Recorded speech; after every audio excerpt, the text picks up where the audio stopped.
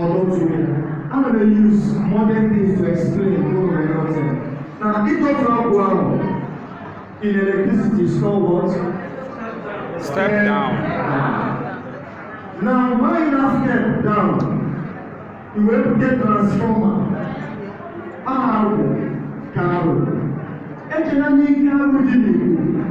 Ofu obodo wee gbakọ wee sị na ike gara ebe a. Ike a dị anyị mkpa. This power dị anyị mkpa ka anyị were ya wee dozie ebe anyị.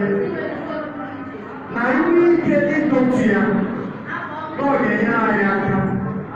Ofu onye nwere ike si mba ebe ọ nwere ike ka mgbaji elu tinye ya aka. Mgbaji elu tinye ya aka ọ gịnị ọdọkpụ. So what do you do in your life? You will make connection when step wire down. Why you put the transformer in one out? In another transformer, there will a negative wire, there will a positive wire.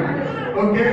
Now, I go to area straight now needed at that straight. They are placing at that transformer. Now, are we together? I see the one guy is now transformer in regular streets.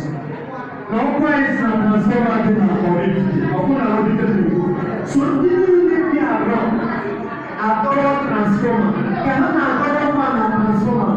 This is how we have a money so area. Hello? Money so getting area. Now, the Agwụ is actually the transformer, the electricity, the power output for his own family. Hello? Now, even in the scenario where we have access to that Agwụ. But when I go to now all of us in our area with access to that transformer to Agwụ lottery. That is why I'm trying to Agwụ. And now we are Agwụ Benda. Are you with me? It is not really your own Agwụ per se. Because you making a Buddhist transformer.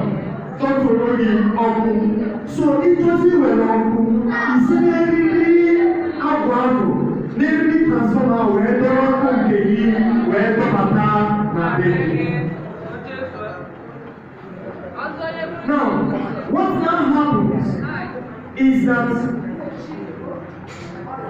in the beginning, we didn't know a better Agwụ, then again, now Ben Nine.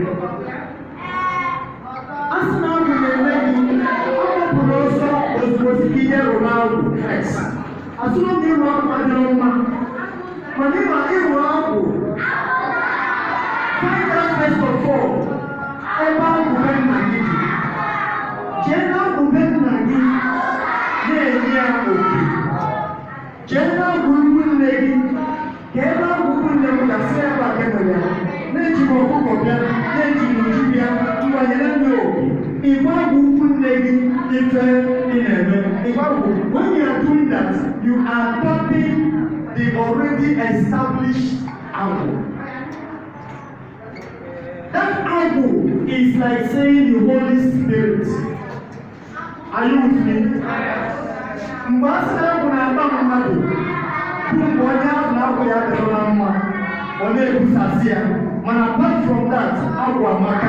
Agwụ is the most beautiful and the most powerful.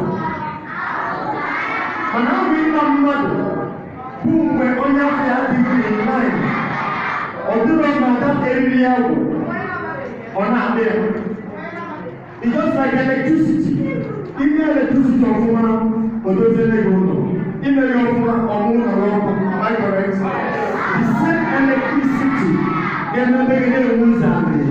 The same electricity ọkpara gị dịka Agwụ o nwere ike iwere ụlọ.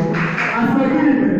Asị na ya nwere electricity surge, power surge, o wee gba a whole seven stories ọkụ.